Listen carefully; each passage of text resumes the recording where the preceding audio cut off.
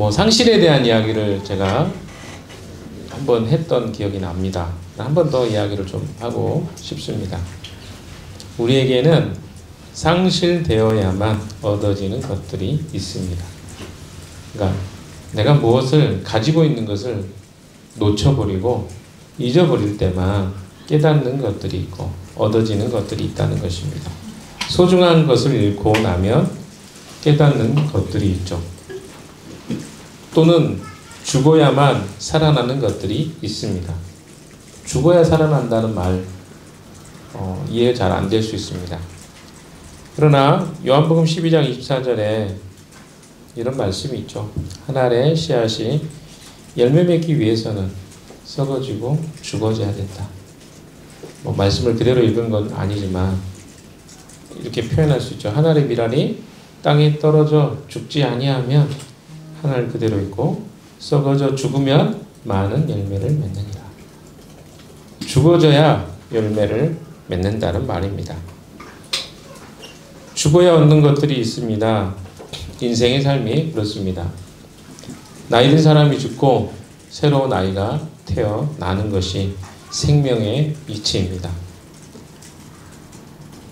또한 겨울이 지나고 봄이 올 때는 나뭇잎이 다 떨어지고 그 생명이 죽은 것 같은 상황이 될 때야 봄이 가져오는 새로운 생명력을 우리는 경험하게 되는 것입니다.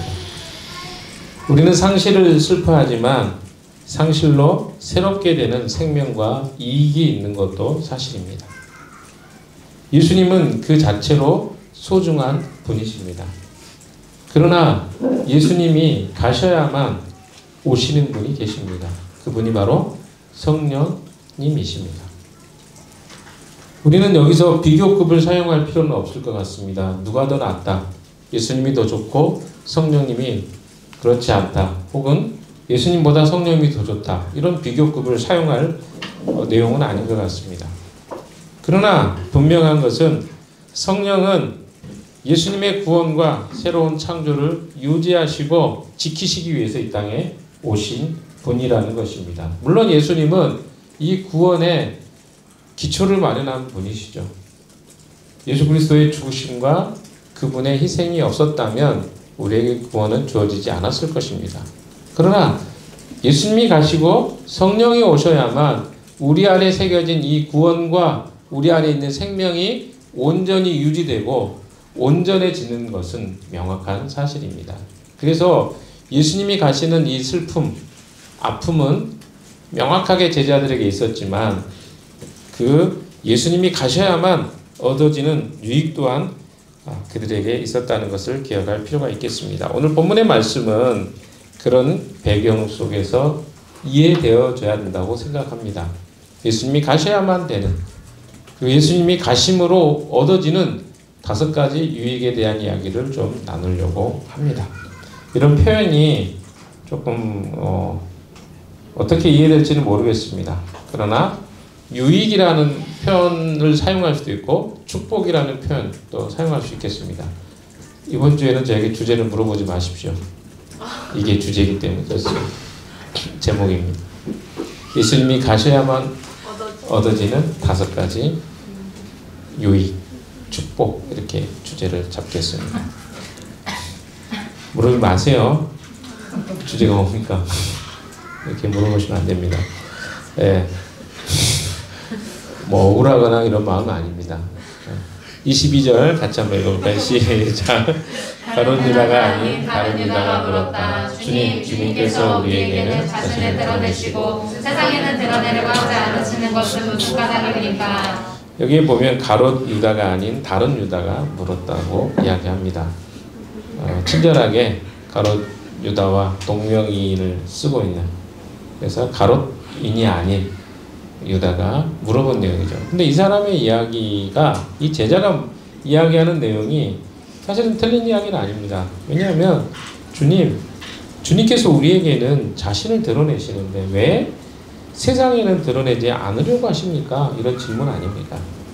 그러니까 당시의 유대인들에게는요, 메시아에 대한 이해가 우리가 여러 차례 이야기했기 때문에 여러분 잘 아시겠죠.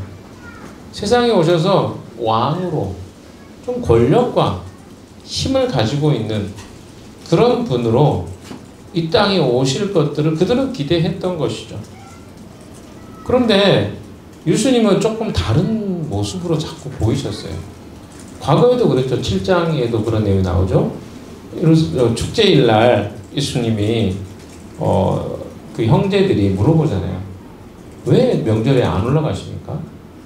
당신이 하나님의 아들이라며 이걸 증명해야 되는 시점 아닙니까? 뭐 이런 이야기 있었죠. 늘 예수님에게는 자기 자신을 증명해 보이라는 어떤 요구가 있었습니다. 늘상 있었던 요구예요.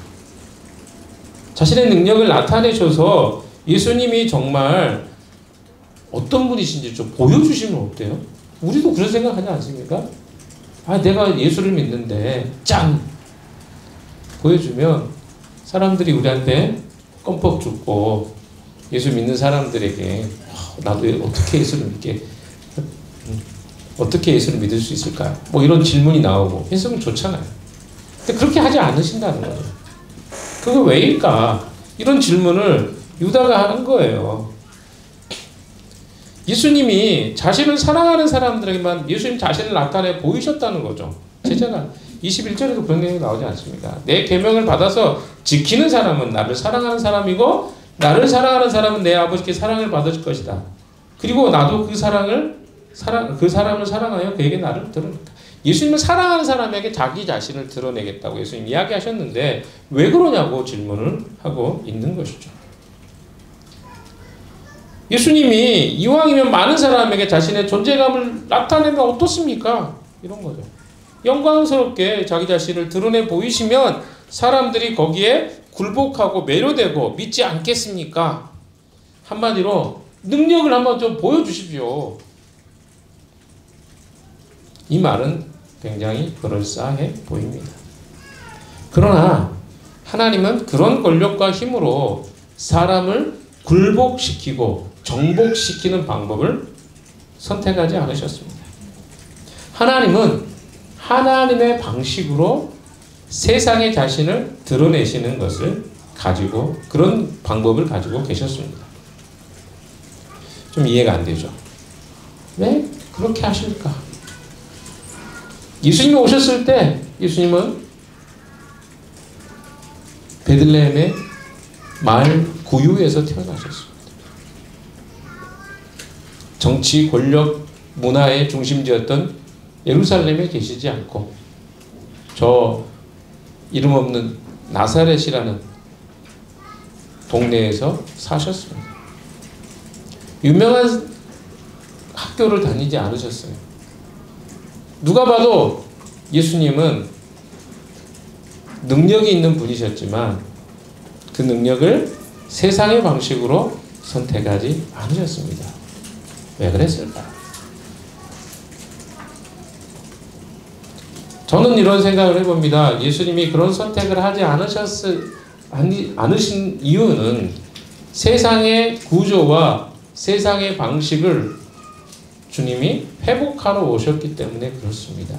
세상의 구조는 무엇입니까? 양육 강식 아닙니까? 강한 자가 약한 자를 억압하고 다스리고 또 그들을 향해서 자기의 권리를 주장하고 이것이 세상의 구조입니다. 하나님이 창조하신 구조가 아니에요. 하나님은 세상을 창조하실 때 어떻게 창조하셨습니까? 하나님이시지만 인간과 인격적 대화를 소통하기를 원하셨어요. 오늘 우리 통삼 첫 세 번째 시간인데 인격적 교제에 대한 이야기를 할 겁니다. 이게 바로 하나님이 선택하신 방법이에요. 하나님의 그 권위 높으신 그 어떻게 보면 만날 수도 없고 접근할 수도 없고 여러분 대통령 요즘에 문제가 있어가지고 대통령한테 한마디 하고 싶다고 해서 여러분 대통령실이 있는 용산에 갈 수 있습니까? 못 가요. 잘못 가면 총에 맞습니다. 왜? 권력자들을 함부로 만날 수 없기 때문에 그렇습니다. 그렇죠? 법원이 영장을 내도 그것도 거부하는 것이 권력이 가지고 있는 힘입니다. 하나님이 우리를 인격적으로 대해줬다는 것은 어마어마한 일입니다. 근데 우리가 그것을 잘 이해를 못하니까 하나님이 권력으로 이렇게 사람들을 눌러서 그 자리에 올라가면 하나님을 더 많은 사람들이 믿지 않겠냐라고 하는 것이 우리가 생각하고 사고하는 방식입니다. 왜 그럴까요? 우리는 너무나 세상의 구조에 익숙해져 버렸습니다. 그러나 하나님은 우리를 창조하시고 우리를 대하는 방식이 세상의 방식과 다르신 분이라는 것을 바로 예수님을 통해서 우리에게 보여주고 계신 것입니다. 예수님이 세상에 자신을 영광스럽게 보여주셔도 사람들이 안 믿거나 혹은 자기들 마음대로 믿을 것을 유다는 몰랐습니다. 그러니까 예수님은 그 자신을 보여주지 않은 적이 없어요. 수많은 기적을 해냈습니다. 요한복음만 해도 보십시오. 물이 포도주가 되는 사건을 경험케 하셨죠. 왕의 신하가 저 멀리 있는데 명령 한마디로 고침을 받는 사건이 있었습니다. 오병이어의 기적이 있었습니다.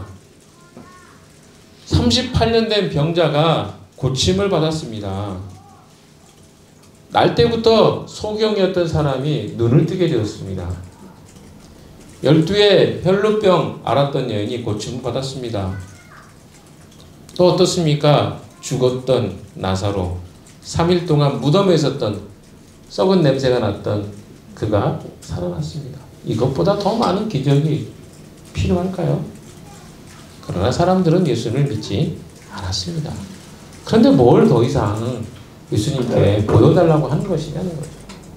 예수님은 자기 자신을 다 보여주셔서 예수님이 왜 오셨는지. 그러나 사람들은 무엇을 구했습니까? 먹을 것을 구했습니다. 자기의 필요를 여전히 주님께 구했습니다. 심지어 죽었다가 살아난 사람을 보고도 그들은 믿지 않았습니다. 이것이 세상입니다. 세상은 더 자기중심적으로 내가 믿을 수 있게 이것을 보여줘, 저것을 보여줘. 결국 그들은 그렇게 보여준다고 믿을 사람들이 아니라는 것입니다. 심지어는 그런 이야기도 있죠. 거지 나사로 이야기 아시죠? 부자의 집에 살던 거지 나사로가 그 스토리 여러분 잘 아시지 않습니까? 죽은 다음에 천국에 갔는데 부자도 죽어서 지옥에 갔습니다. 그 다음에 그 부자가 이야기하죠. 나사로의 손에 물방울 하나만 제 혀에 닿게 해주십시오. 주님이 그렇습니다. 천국과 그곳은 갈 수 없다. 간극이 너무 커서. 그래서 그가 요청합니다. 그렇다면 제 자손들, 내 자식들에게 제가 이 이야기를 하고 싶습니다. 근데 성경이 뭐라고 합니까? 네가 죽었다가 살아나도 네 자식들은 그것을 믿지 않을 것이다. 무슨 말이에요?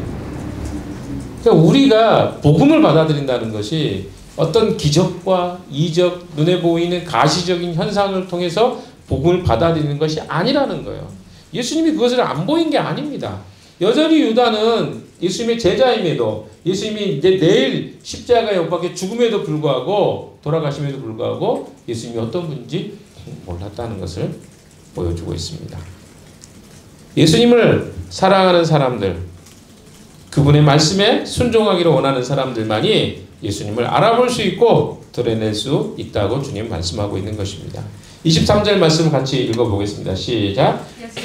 그에게 대답하셨다. 누구든지 나를 사랑하는 사람은 내 말을 지킬 것이다. 그리하면 내 아버지께서 그 사람을 사랑하실 것이요 내 아버지와 나는 그 사람에게로 가서 그 사람과 함께 살 것이다. 여기서 잘 보셔야 될 것은 주님을 사랑하는 자만 주님을 볼 수 있는 눈이 열린다는 것입니다. 그 사람들만이 영적인 눈이 열려서 주님을 볼 수 있고 따를 수 있게 된다는 것입니다. 여기에 기독교의 비밀이 있습니다. 세상이 이해하지 못하는 비밀이 있는 것이죠. 누구만 주님을 따른다고요? 그 눈이 열려서 주님을 볼 수 있는 사람만 주님의 제자가 될 수 있다는 것입니다. 여기 보시면 사람이 나를 사랑하면 내 말을 지킨다고 성경은 이야기합니다. 여기서 사랑은 주님의 말씀을 지키는 것을 말합니다. 그러니까 사랑한다.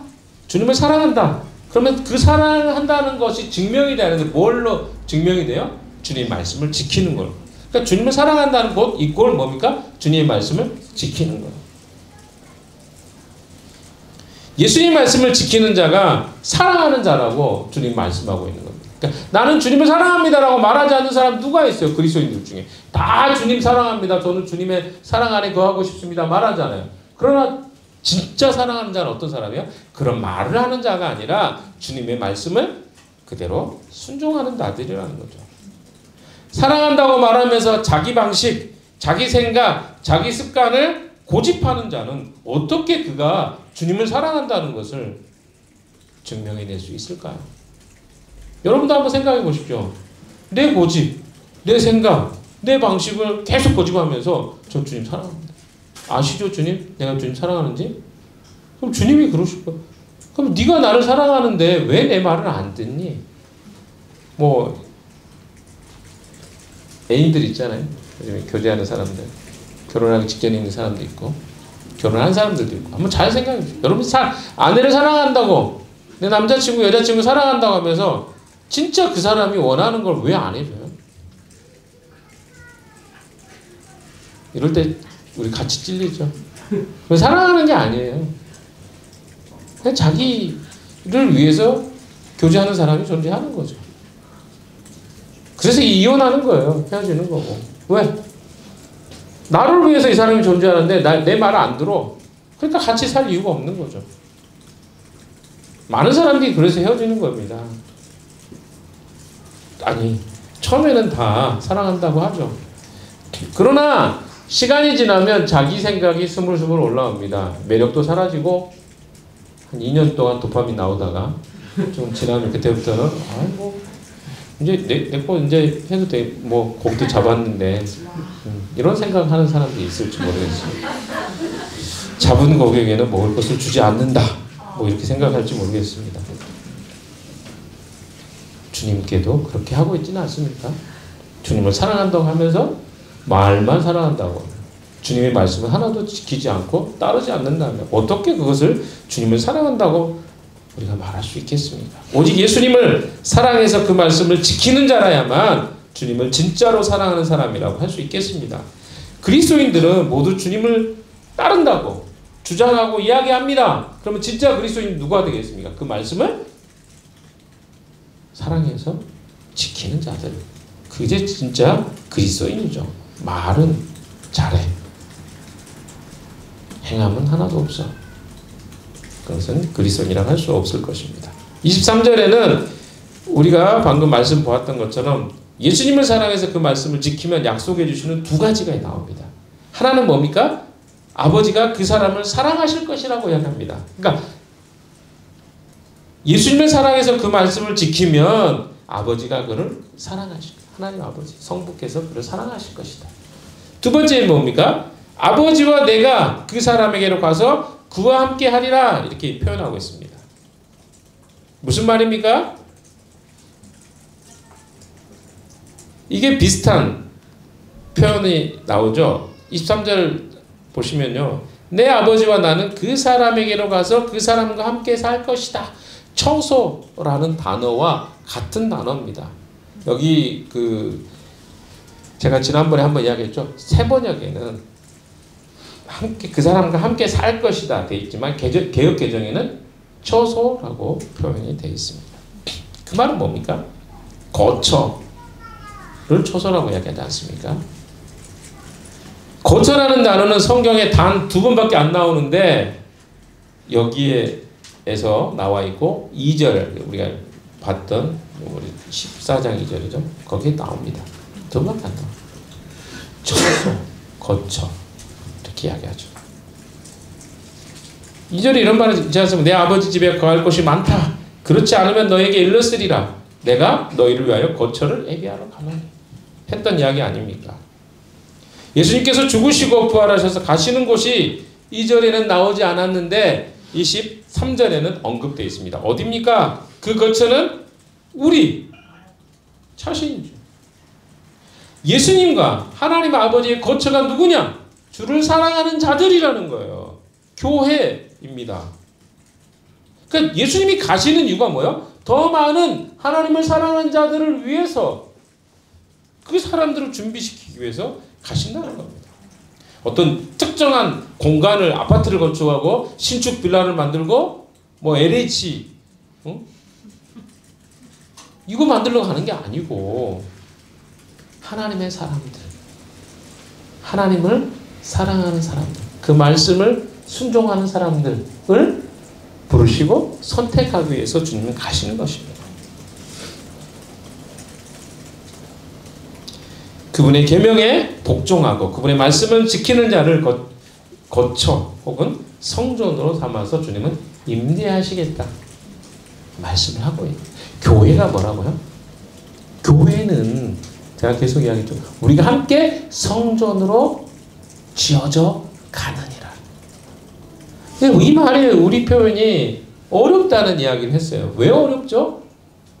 그것은 우리가 개념을 장소적 개념으로 생각하고 있기 때문에 어려워요. 처소가 된다. 그러니까 우리가 함께 지어져 간다는 말이, 우리는 건물로 생각하니까 건물에 이렇게 이어져 가는 그 말인가? 아니에요.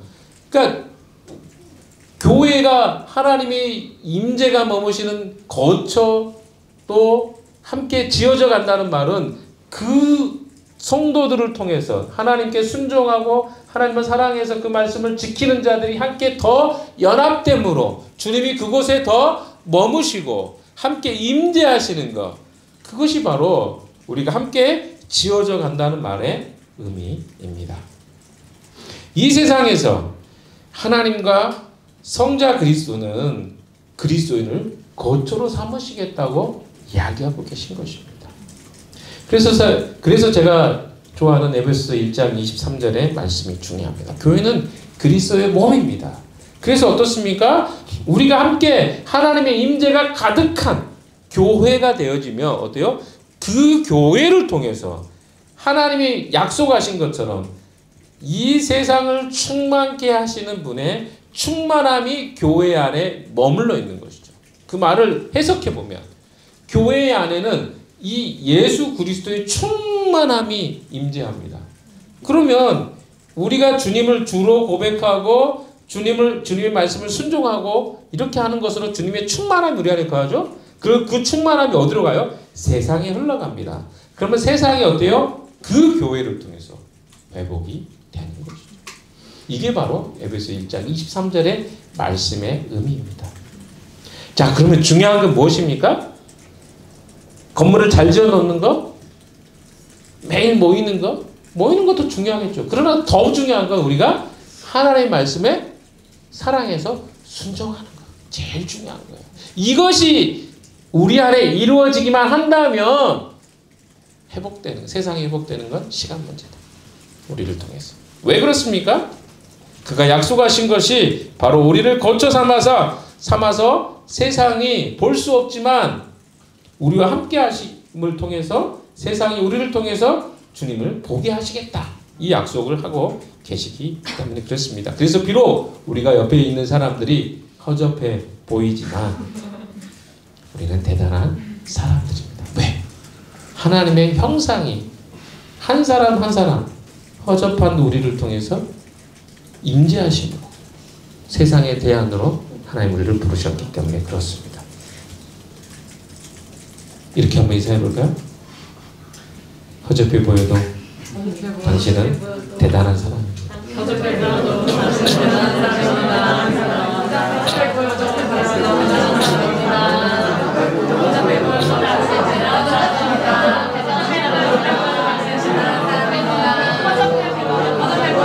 자, 적당히 하십시오. 네, 적당히 하십시오. 네. 세상은 우리를 통해서만 주님을 그리고 주님의 구원을 볼 수 있습니다. 왜? 주님이 그렇게 이 세상의 시스템을 만들어 놓으셨기 때문에 그렇습니다. 그래서 명확한 것은 주님을 사랑하는 사람은 주님이 그 사람 안에 거하시고 그렇지 않은 사람에게는 주님이 거하시지 않는다는 거예요. 여러분, 주님이 거하시는 사람하고 거하지 않는 사람의 차이는 뭘까요? 딱 한 가지예요. 주님을 사랑해서 그 말씀을 지키는 자와 주님을 사랑하지 않는 자, 주님을 사랑한다고 고백하는 것뿐인 자의 차이겠죠. 왜 우리가 주님의 말씀을 지켜야 합니까? 주님을 사랑하는 자는 그분의 말씀을 지키는 자들이라고 성경이 말씀하고 있기 때문에 그렇습니다. 그리스도인이라고 불리는 것이 중요한 것이 아니라 그분의 말씀을 듣고 순종하는 자가 되는 것이 더 중요하다는 것을 기억하십시오. 이제 예수님의 제자들의 편에서는 어려운 시련이 다가오고 있습니다. 과거에 예수님이 눈에 보이시던 시절을 지나서 이젠 주님이 눈에 보이지 않는 시대로 접어들고 있기 때문에 그렇습니다. 그들 안에 주님은 내주하시겠다고 약속해 주셨습니다. 그들은 늘 주님을 눈으로 볼 수 있었고 손으로 만질 수 있었으며 사도 요한의 표현에 하면 청각으로 주님의 음성을 들을 수 있었습니다. 그런데 이제는 그분이 떠나야만 되는 상황이 된 것입니다. 제자들은 주님이 함께 하시는 것이 그들에게는 가장 좋은 것이라는 생각을 가지고 있었던 것 같습니다. 당장 주님이 함께 하시면 그들은 좋았겠죠. 그러나 그들의 한계는 절대로 뛰어넘을 수 없었을 것입니다. 왜? 예수님은 육신의 한계를 가지고 공간의 한계를 제약을 받을 수밖에 없었습니다. 주님의 능력이 없었던 것이 아니라 스스로 예수 그리스도께서 자신이 하나님이심에도 불구하고 제한을 두셨기 때문에 그렇습니다. 그래서 예수님이 오신 목적은 인간을 구원하시는 구원주로 이 땅에 오신 것입니다. 구속 사역을 위해서 오신 것. 그래서 그 약속이 마치시면 주님은 떠나시고 승천하시고 하나님 우편에 계시는 것이 하나님의 플랜이었어요. 그럼 그 다음 플랜은 무엇입니까? 성령이 오셔서 제자들과 이제는 보이지 않지만 내주하심으로 그들의 삶과 인생을 인도하시고 가르치시고 함께 하시겠다는 약속을 해주고 계신 것입니다. 그래서 25절 이하에 보시면 5가지의 예수님의 가심, 승천이라고 해볼까요? 죽으심과 승천. 여기 이제 죽으심, 부활, 승천까지를 다 가심이라는 표현에 해당이 됩니다. 5가지로 요약을 좀 해보겠습니다. 무엇이 우리에게 예수님이 가심으로 얻어지는 축복인지. 이 말씀을 받으신 분이 있죠.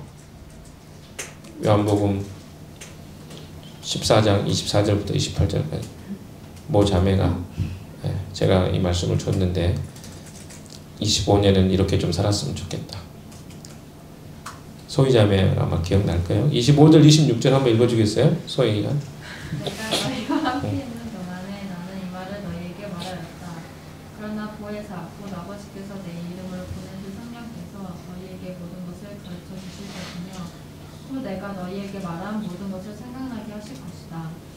예, 첫 번째로 주님은 성령, 즉 다른 보혜사를 우리에게 보내셔서 예수님께서 가르치셨던 것을 모두 생각나시게 하시고 모든 것을 가르쳐 주시겠다고 말씀하셨습니다. 즉 25절과 6절은요 성령을 보내주시겠다. 예수님이 가셔야만 누가 오시는 거예요? 성령이 오시는 것입니다. 예수님이 가시지 않으면 성령이 오실 수 없었습니다. 또 다른 보혜사. 우리가 그래서 이게 뭐가 더 좋은 거지 아까 제가 비교하지 말라고 그랬죠. 왜냐하면 만약에 생각해 보세요. 예수님이 안 가시고 계속 계시면 어때요?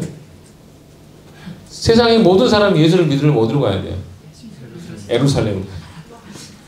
세상의 인구가 82억 정도 된다고 하는데 어떻게 거기에 다 예수님 한번 보려고 평생의 소원. 그거 할 수 없잖아요.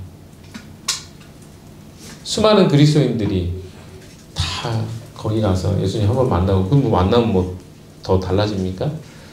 그러니까 이게 불가능한 일이에요. 예수님 본다는 거, 뭐 보는 것은 축복이지만 눈으로 보는 것으로 우리는 엄청난 축복이 있음에도 불구하고 예수님이 계시면 이 땅에 계속 계신다면 얻을 수 없는 성령이 우리 안에 내주하시는 것을 우리는 절대로 경험할 수 없었을 것입니다. 그래서 예수님이 가시고 우리가 첫 번째 얻어지는 축복 중에 하나는 성령이십니다. 그는 예수님과 같은 보혜사이십니다. 예수님은 우리를 변호해 주시고 옹호해 주시고 지지해 주시고 격려해 주시는 분이잖아요. 똑같은 보혜사예요. 성령은 우리 안에서 예수의 영으로 하나님의 영으로 우리를 지지하시고 변호하시고 옹호해 주시고 격려해 주시는 분이시라는 것입니다. 그래서 또한 중요한 것은 예수님의 가르침을 생각나게 하시고 기억하게 하시고 또한 그 말씀대로 살게 하시는 능력을 가지신 분이십니다. 그래서 제자들은 예수님께 들었던 말씀들을 그때는 깨닫지 못하다가 성령이 임재하고 나서 오순절 이후부터 놀라운 변화를 경험하게 되는데 예수님이 하셨던 말씀의 의미와 뜻이 무엇인지 비로소 깨닫게 되어졌습니다. 성령이 오셔서야만 깨닫게 되어졌던 것입니다. 그리고 그들의 삶의 태도와 자세가 완전히 달라집니다. 심지어 바울 같은 사람은 예수님의 살아계셨던 그 시기에는 예수님 만났을 수 보았을지 그건 우린 모릅니다. 그러나 그는 어떻습니까? 성령에 의해서 그의 온 삶이 하나님께 드려진 사람인 것을 보게 됩니다.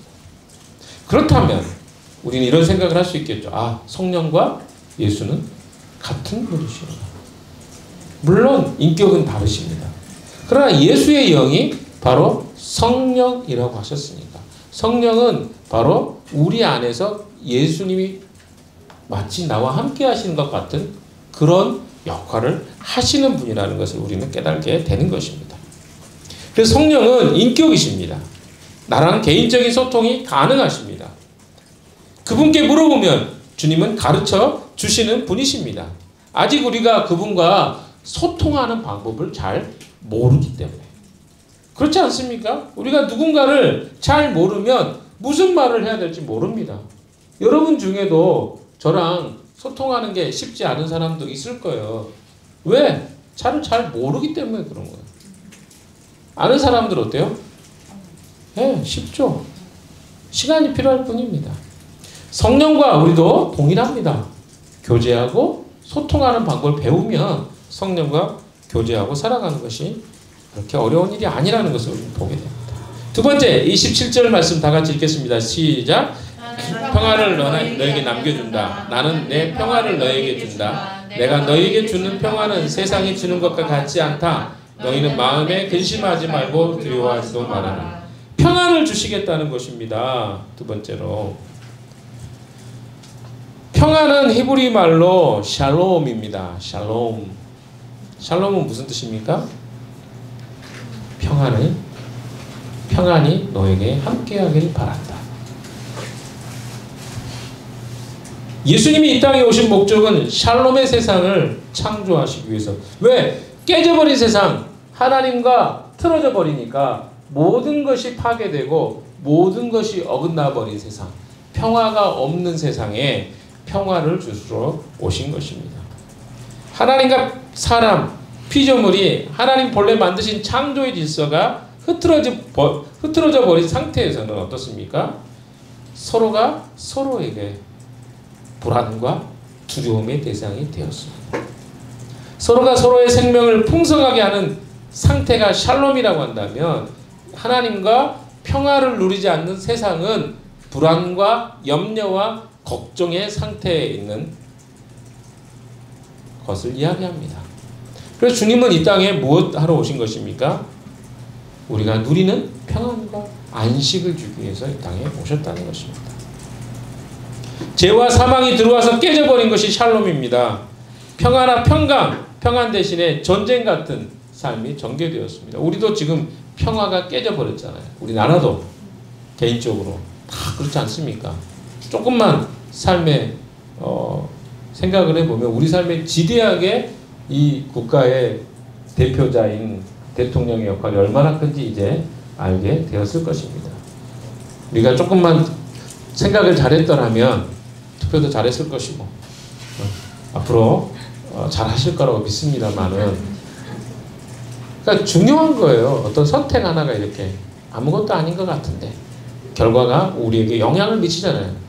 예수를 믿는 것, 그것을 선택하는 것, 그것이 어떤 영향을 미치는지 아십니까? 우리의 마음과 삶과 인생에 절대적으로 영향을 미칩니다. 왜? 그분은 세상에 평안을 주시기 위해서 오셨기 때문에 그렇습니다. 죄의 문제를 해결해 주시고 우리 안에 평안을 약속해 주셨습니다. 그래서 우리가 주님을 누리면 평안함을 누리게 됩니다. 세상으로 주어지는 평안이 아닙니다. 세상은 무엇입니까? 조건적이죠. 이러이러하면, 탄핵이 완료되면, 인용되면 평안이 올 것 같죠. 그건 조건적입니다. 또 불안이 와요. 이 세상에 사는 동안은 다 불안한 겁니다. 그러나 주님이 말씀하던 평안은 그런 평안과 상관이 없는 거예요. 지금의 탄핵이 되든 안 되든 사실은 주님 안에 있는 자들에게는 평안이 있습니다. 정치적인 평안은 또 다른 문제겠죠. 그것을 넘어서는 것, 그것이 바로 샬롬이 가져다주는 의미입니다. 요한복음 안에서는요, 성령의 오심과 평안의 약속이 밀접하게 연관되어 있습니다. 무엇입니까? 나의 평안, 즉 예수님의 평안, 내가 너에게 주는 평안, 이렇게 표현되어 있습니다. 성경은요, 예수님이 우리에게 평안을 주신다고 이야기했어요. 왜? 우리 안에는 어떤 불안이 있습니까? 내 스스로 나를 지켜야 된다고 생각하는 그런 생각이 우리에게 있습니다. 그런데 주님은 주님을 주인으로 영접하는 순간 우리 안에 내가 나를 지키는 게 아니라 주님이 나를 지켜주시는 평안을 누리게 될 것이다. 예수님과 연합된 것으로 인한 평안입니다. 세 번째, 28절입니다. 28절 읽어볼까요? 시작. 너희는 갔다가 너희에게로 다시 온다는 내 말을 들었다. 너희가 나를 사랑한다면 내가 아버지께로 가는 것을 기뻐했을 것이다. 내 아버지는 나보다 크신 분이기 때문이다. 28절에 이야기하고 있는 것이 무엇입니까? 내가 아버지께로 감을 기뻐하였을 것이다. 예수님이 가시면 제자들과 그리스도인들에게는 기쁨이라는 것입니다. 말이 안 되는데 어떻게 예수님이 가시는 게 기쁨일까? 아이러니하죠. 주님의 죽으심이 우리에게 주시는 바가 있다는 것입니다. 약속한 것들이 많기 때문에 아직 예수님 십자가에 죽지 않으셨어요. 그러니까 십자가에 죽으신 사건이 얼마나 큰 것인지를 너희가 안다면 오히려 기뻐했을 것이다 라고 말하고 있는 거죠. 예수님의 가심은 곧 그분의 다른 방식으로 오심으로 이어질 것이죠. 성령이 오시는 것을 이야기할 뿐만 아니라 그것은 예수님이 원래 계셨던 곳, 예수님이 본래 가졌던 영광을 찾는 것과 또 연관이 되어 있습니다. 자, 조금 더 이야기하면 죽으심은요, 죄의 문제를 해결하는 중대한 사건이었습니다. 여러분, 지금 우리나라는 뭐예요? 탄핵을 기다리죠. 헌법재판소에서 땅 탄핵을 인용합니다. 우리 한번 경험 있잖아요. 이거 하면 끝나는 거예요. 그럼 뭐예요? 예수님이 죽으시면요, 죄와 사망으로부터 영원한 해방을 선언합니다. 땅 이거예요. 그러니까 이미 판결이 끝난 거예요. 무엇으로? 이 예수를 믿는 자들에게는 죄와 사망으로부터 영원한 자유를 누리게 됩니다. 라고 하는 법이 거기 담겨져요. 우리는 모르는 법이죠. 죄와 사망의 법에서 해방하였다. 로마서 8장. 수진이에게 주었던 말씀입니다. 예수의 법이 죄와 사망의 법에서 우리를 해방하였다. 이 법에 놀라운 원리가 있는데 우리는 그것을 깊이 깨닫지 못해. 왜? 내 삶이 너무 바빠. 그러다 보니까 이 예수님의 죽으심, 가심으로 인해서 얻어지는 이 하나님의 자녀로서의 신분이 얼마나 놀라운 것인지 잘 모르는 것이죠. 이제는 죄의 종이 아니라 하나님의 자녀로 살아가는 시작이 되는 사건, 예수님의 죽으심입니다. 인류의 가장 큰 해결되지 못했던 죽음의 문제가 해결되는 사건, 예수님의 가심으로 우리에게 주어지는 것입니다. 영광의 주님을 기다리는 삶의 시작도 예수님의 죽으심으로부터 시작됩니다. 이제 우리는 하나님 나라의 복음을 가지고 주님의 동역자가 돼서 이 땅에 살아가는 거 아니겠습니까? 다 어디서 시작됩니까? 예수님의 죽으심, 가심으로부터 시작되었다는 것입니다. 이게 바로 기쁨의 이유입니다. 네 번째는 29절이죠. 29절 보실까요? 같이 보겠습니다. 시작. 나는 그 일이 일어나기 전에 미리 너희에게 말하였다. 이것은 그 일이 일어날 때 너희로 하여금 믿게 하려는 것이다. 주님의 가심으로 믿음이 생기게 되었습니다. 주님이 가셔야만 생기는 것이 믿음입니다. 요한복음은 예수님이 하나님의 아들 그리스도이심을 믿게 하려고 쓴 것이라고 요한복음 20장 31절에 기록하고 있습니다. 예수님의 이름을 믿을 때 영생을 얻게 될 것이다. 이것을 위해서 나는 이 요한복음을 기록했다라고 말씀하고 계십니다. 그 믿음은 예수님의 가신 후에 생기게 되는 것입니다. 주님의 제자들의 믿음은 온전하지 못했습니다. 그러나 주님의 죽으심과 부활과 승천은 그들에게 확증된 믿음을 가지게 할 것입니다. 그러니까 예수님의 죽으심은요, 예수님의 가심은 비로소 그들의 시각과 눈이 열리는 시간이었습니다. 그러니까 우리가 볼 때는 예수님이 계시는 게 훨씬 더 나을 것 같은데 가심으로 비로소 그들의 눈이 떠지는 시간이었다니까요. 주님께서 이 땅에 계시면서 가르쳐 주신 것들이 사실 예수님이 죽으시는 그 순간 이후에 그들에게 깨달아졌어요. 그 전까지 그렇게 알 수 없었던 내용들이 예수님이 가시고 나니까, 성령이 임재하고 나니까 하나씩 그 비밀이 깨달아졌습니다. 잃어버리는 것은 아픔이지만 정신을 바짝 차리고 깨닫는 경우에는 오히려 그것이 소중하고 더 많은 것을 잃어버린 것을 방지할 수 있는 은혜라는 것을 여러분 기억하십시오. 제가 여러분 여러 차례 이야기했지 않습니까? 제가 허리가 아프고 나서 깨달았죠. 어리석게도 인간은 늘 잃어버리면 깨닫습니다. 그리고 나서 뭐랍니까? 또 똑같이 살아간다면 어리석은 거 아니겠어요? 그렇지 않습니까? 근데 그렇게 살아가는 게 인간의 모습입니다. 그러나 제자들에게 주님은 예수님의 십자가의 죽으심으로 그들의 믿음이 발생하게 되고 주님을 온전히 믿게 되는 놀라운 일이 일어나게 되었다는 것을 여러분 기억하십시오. 마지막 다섯 번째로 30절 31절 읽어보겠습니다. 시작. 나는 너희와 더 이상 말을 많이 하지 않겠다. 이 세상의 통치자가 가까이 오고 있기 때문이다. 나는 그를 어떻게 할 권한이 없다. 다만 내가 아버지를 사랑하는 것과 아버지께서 내게 분부하신 그대로 내가 행한다는 것을 세상에 알리려는 것이다. 일어나거라. 여기에서 떠나자. 자, 다섯 번째 이야기는 무엇입니까? 사랑을 알게 하신다. 이렇게 이야기하고 있죠. 다만 내가 아버지를 사랑한다는 것과 아버지께 내게 분부하신 그대로 내가 행한다는 것을 세상에 알리려는 것이다. 무엇입니까? 나는 너희와 더 이상 말을 하지 않겠다. 이 세상의 통치자가 가까이 오고 있기 때문이다. 이렇게 표현하셨어요. 이 세상의 통치자는 누구입니까? 사단을 이야기합니다. 예수님은요, 사단이 자기 자신을 어떻게 할 수 없다는 걸 알고 계셨어요. 그러나 스스로, 여러 차례 이야기 드렸습니다. 스스로 자기의 생명을 사단에게 맡긴 거예요. 왜? 죽으셔야 생명을 얻을 수 있기 때문에 그렇습니다. 하나님의 뜻을 이루기 위해서 주님은 그렇게 하셨습니다. 잠시 사단의 손에 세상이 넘어가게 될 것이다. 이런 말을 하고 있죠. 그런데 예수님의 죽음은 아버지 하나님을 향한 사랑의 결과입니다. 이 사랑이 증명되는 순간이에요. 그러니까 사단에게 자기 자신을 내어주는 것조차도 하나님을 사랑하고 그 백성을 사랑하는 결과였습니다.